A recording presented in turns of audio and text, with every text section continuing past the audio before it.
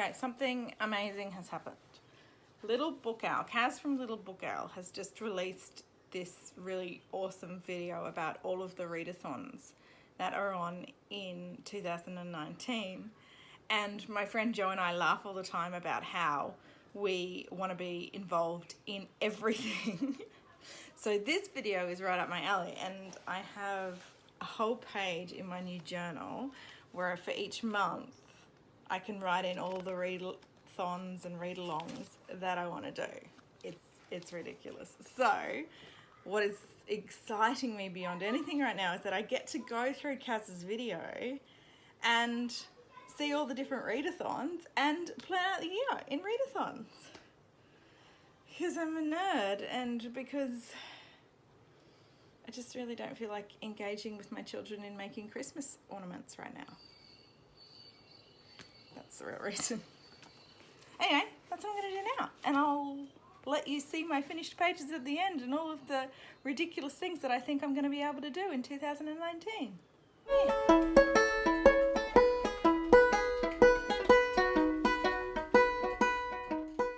Right, so January was a bit of a bust. Obviously, I'm not in my 20s and I don't read fantasy or sci-fi, and there's no way I could do a 24-hour readathon. There's even a 24 and 48-hour readathon in January, so you just have to read 24 hours in a 48-hour period. I couldn't even do that. I have children that need to be fed constantly. So nothing in January. Okay, that's cool. It's dulled my excitement a little bit, but let's try February. But I see the first one in February is Fairy Tale-a-thon, which is, yeah, it's not gonna work either. Hang on, let me just try. So February was a bit better. I got two. There's the In Love-a-thon, which I thought I could do Steve Donahue's romance list, or a couple of his romance list, which could be a lot of fun. When I looked on the page, they had all these things about Twitter sprints, and I don't know anything about that, but I'll just read some romance books in that time. And then from the 15th to the 24th is the series Crackdown, and I really want to invest in finishing some of the series that I started this year. I'd already planned to do that, so I could join in on that. So I've got two in February. How exciting. Okay, let's go to March.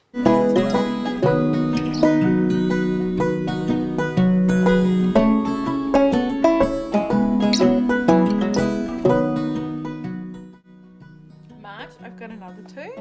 There's the Irish Readathon, which, I mean, I don't ever read any Irish literature, so why not? And it's got some challenges and things that you have to fulfill. That sounds fun. And then Audiobookathon, which according to this hasn't been announced properly yet, but I don't do audiobooks, so it might be a good chance for me to start doing that as well in March. May, there's Borrowathon. I can totally do that because I borrow books from the library all the time. And then I watched these people do Scallywagathon last year, which had this really cool map, and you went on all these little challenges to get through the map, and I really thought that was a lot of fun. So I've written that down for May as well. So things got a little light on the ground towards the end of the year. Oh, November is non-fiction November. I'll write that in. Yeah, there's probably things on that list. I think that list, because Kaz is more of a fantasy, contemporary kind of reader, then maybe there's some things on that list that she hasn't included that would be more my jam. But yeah, so June, July, August are a little thin on the ground. Nothing for October, and I'm definitely not going to do anything in December because I need to remember how this feels this month. But yeah, that was heaps of fun. I've got some things on my pages and some things to look forward to, and I'm going to, oh wait, there's a plane. Yeah, I'm going to have a really great time joining in 2019. I'm taking part in fun little challenges that might put me out of my box a little bit. Yeah, that was a lot of fun. Thanks, Kaz. You're never going to watch this video. If there's anything that you think that are must-do readathons that you love doing each year, please let me know in the comments, because I would like to join in too, because that's the kind of gal I am. Okay, I need to hang up washing. Gotta go. Gotta stop this fun stuff and start doing mum stuff. You see my kids through the spy screen? They're out playing cricket on the road, which is pretty cool. As long as I don't break one of the neighbours' windows. So it's raining and they just decided to do it anyway, so I'm not sitting out there in the rain. I'm going to sit up here and watch them from here. And do some reading. I'm trying the chai that Leah bought for me for the first time. Oh my gosh. Oh, it's super delicious. I'm just sitting here because I can see the kids out the window. So excuse the messy bedroom and the pile of washing and all that sort of stuff. I just wanted to let you know I finished Postcards from Surfers.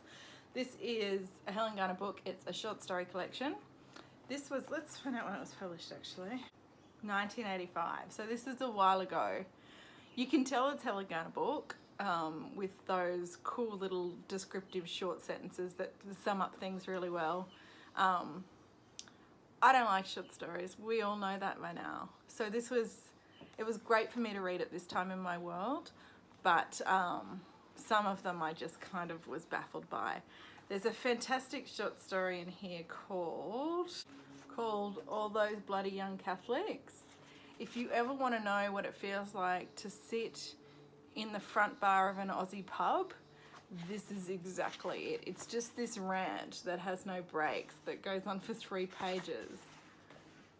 And you're just talking to this guy in the pub who you've asked him a question about somebody, and he's gone on for 3 pages with no breath on all these different tangents about fights in bars and women that he has been with and all sorts of things. It's hilarious. I laughed a lot through that one actually, because it's just, you know, you can just see it happening. It was perfect for me right now. The writing was fabulous. Well, no. The writing was good. You could tell it was a Helen Garner, but I feel like after reading The Spare Room, which is a really evolved version of Helen Garner, I feel, which was just perfect in every way, this is an earlier work, and you can tell. But if you like short stories, give it a go. I don't know. This was a 3-star for me. It was just cool. It was good. But that's my short story issue, nothing else, I'm sure. And now I'm going to pick up the first of the Miss Marple series. This is The Murder at the Vicarage. I have a friend who really loves these, and I want to read the series. So they're just little books, and I think it's going to be a bit of fun. So I'm going to get stuck into that now while I peer down and make sure my children aren't getting run over by cars.